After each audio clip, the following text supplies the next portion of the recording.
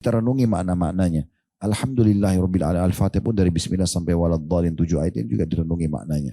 Dengan menyebut nama Allah yang Maha Pengasih, Maha Penyayang. Segala puji bagi Allah Tuhan alam semesta.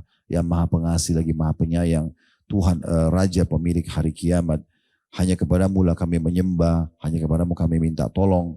Kemudian baru kita minta, ya Allah tunjukkan aku jalan yang lurus. Jalan orang-orang yang kau telah berikan petunjuk. Maksudnya Nabi Muhammad SAW dan juga para sahabatnya.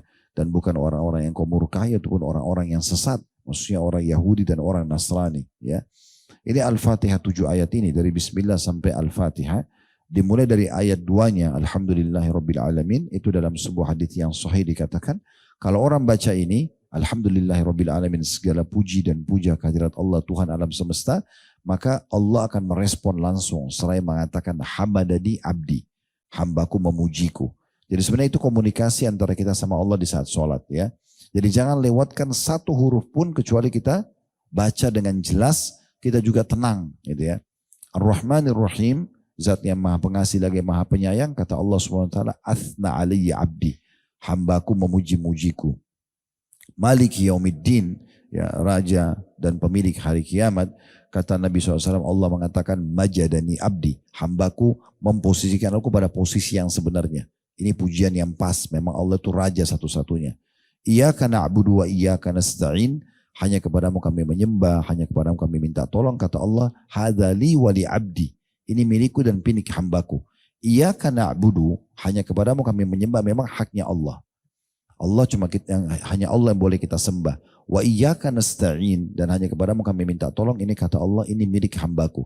Mereka boleh minta tolong. Makanya sesudahnya kita baca. Ihdinas siratal mustaqim. Tunjukkan kami jalan yang lurus. Padahal kita sudah muslim. Kenapa kita minta lagi ihdinas siratal mustaqim? Karena memang hidayah itu ya bisa pergi dan bisa datang.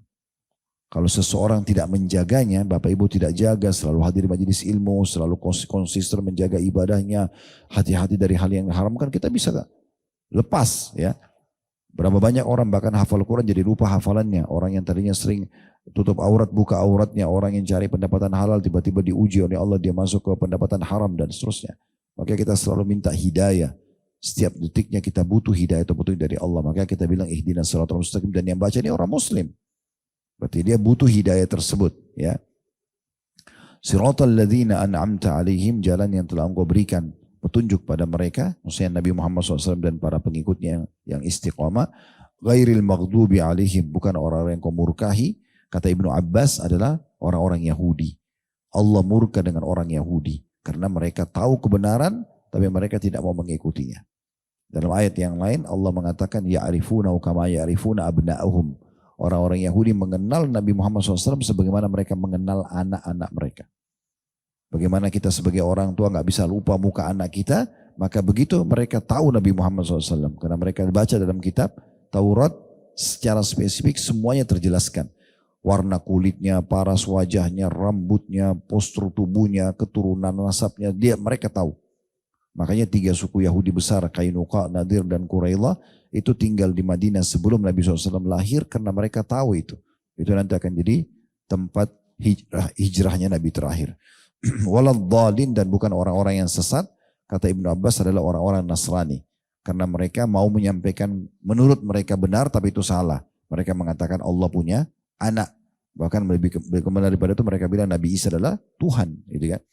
Maka ini adalah kesesatan. Makanya setelahnya kita bilang amin, ya Allah kabulkanlah. Supaya kita tidak pernah lepas daripada hidayah Islam itu. Lepas dari hidayah Islam. Setelahnya kita boleh pilih surah apa saja.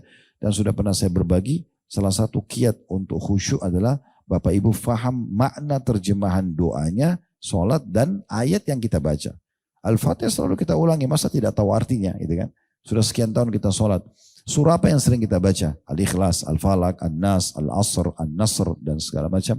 Ini Al-Kautsar, semua ini harus sudah tahu artinya. Kalau belum tahu minimal sebelum takbiratul ihram baca dulu terjemahannya. Ada Quran terjemahan. Al-Asr itu apa? Ya, kemudian Al-Kautsar itu apa, Al-Masad itu apa, kita baca An-Nasr dan seterusnya.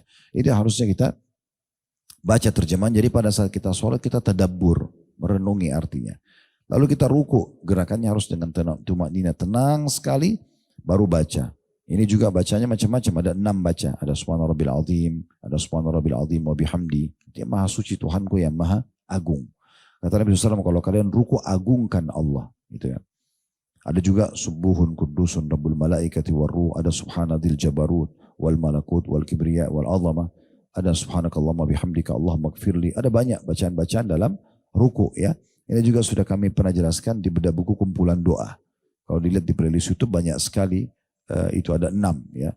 Di antaranya doa yang sangat agung, yang ke-6 itu Allah malaka raka'tu, ya Allah kepadamu lah aku ruku, wabika amantu, kepadamu aku beriman, walaka aslamtu, dan kepadamu aku menyerahkan diri, raka'as sam'i, telah ruku pendengaranku, wabasari penglihatanku, ya, walahmi dan dagingku, wadami dan darahku, wa idami dan tulang-tulangku, wa mastaqalla bihi qadami, dan apapun yang ditopang oleh kedua kakiku.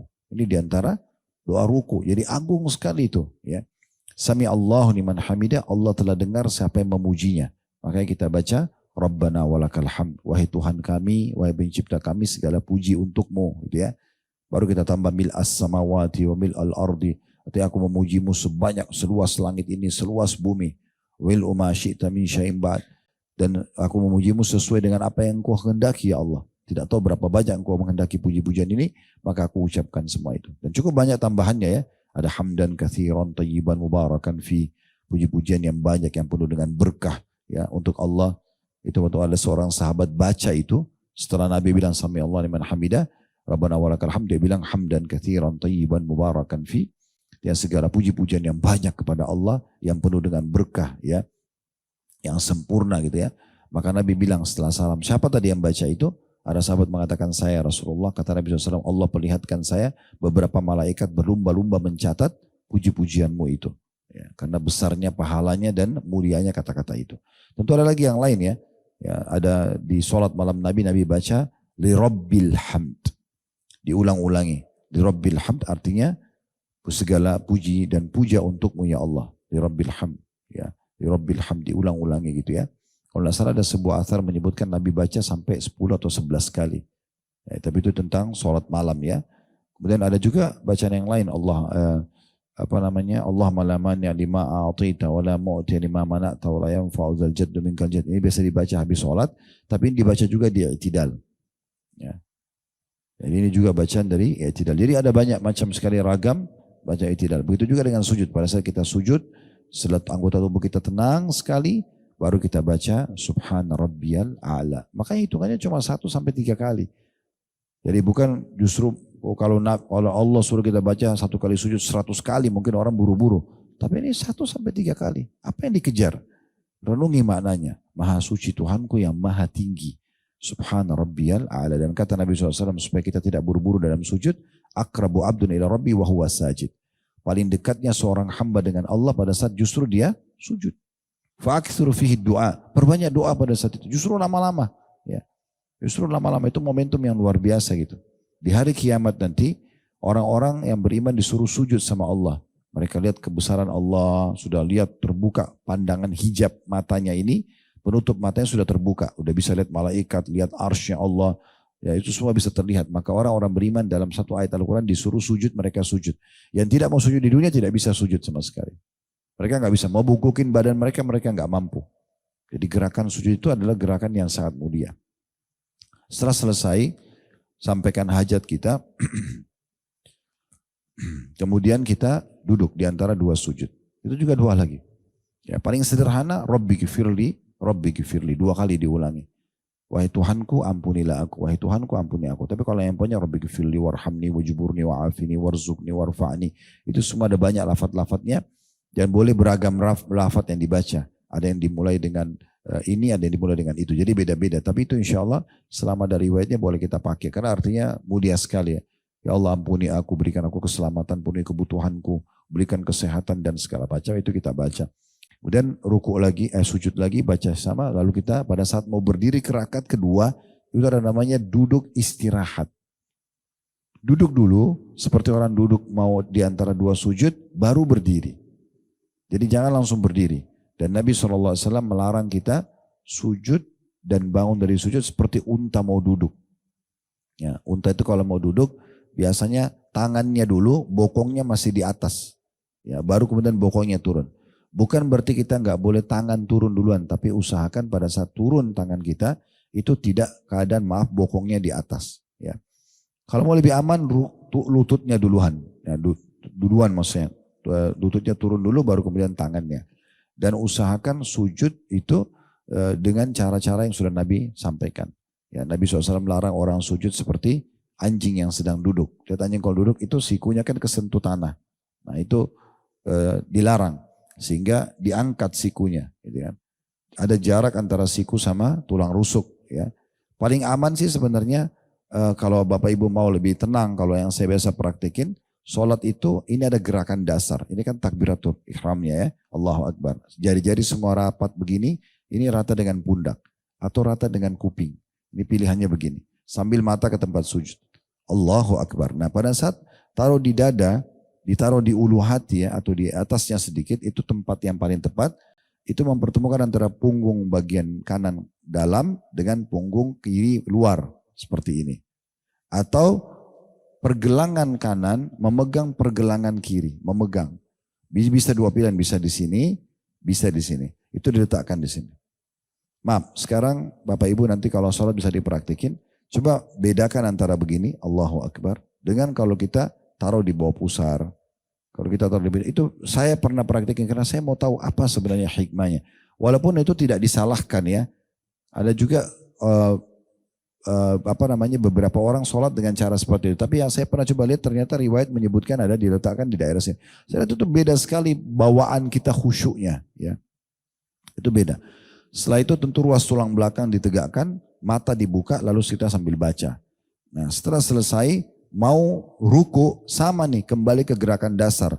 Allahu Akbar. Ini tadi yang kayak takbiratul ihram. Gerakannya sama lagi waktu mau ruku. Nah kembali begini baru ruku. Nah kemudian lututnya digenggam dengan tangan kanan dan kiri. Dan caranya turun itu bukan begini. Tetapi lurus ke depan. Jadi coba kalau ruku nanti muka kita itu kayak turun lurus ke depan. Sehingga semua otot paha belakang sama punggung kita itu semua ketarik. Ya, ketarik semua. Bedain itu kalau kita turun dekat seperti ini atau kita turun ke depan gitu ya. Itu akan beda. Dan usahakan kalau ada cermin ini selain waktu sholat di kamar, di rumah, itu lihat badannya. Karena Nabi SAW dikatakan pada saat ruku itu punggung beliau rata, sampai kalau ditaruh bejana air gak tumpah. Nah, saya biasa lihat banyak, bapak-bapak biasa lagi sholat di sebelah saya, itu rukunya ada yang terlalu turun, ada juga yang terlalu naik. Maka biasa kena bapak-bapak di sebelah saya bilang sebentar Pak, maaf tadi rukunya itu ada yang keliru. Coba Bapak ruku, dia ruku lalu saya fotoin. Nah ini fotonya. Bagaimana caranya coba lakukan sekarang yang begini. Jadi sekali lagi ya, kalau lagi berdiri, kita turun itu ke depan begini, turunnya. Jangan turunnya ke sini gitu. Ya. Coba lurus ke depan, mukanya itu kayak dibuang ke depan gitu. Sehingga terasa ketarik semua ya. Kalau ada cermin, lihat di cermin. Kalau tidak suruh siapa, anaknya, saudaranya suruh fotoin, lihat. Perbaikin terus sampai rukunya rata.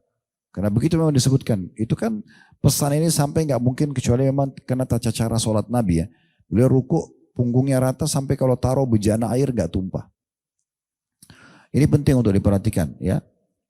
Dan penghitungan pahala sholat termasuk juga maksimal itu di ruku dan sujud.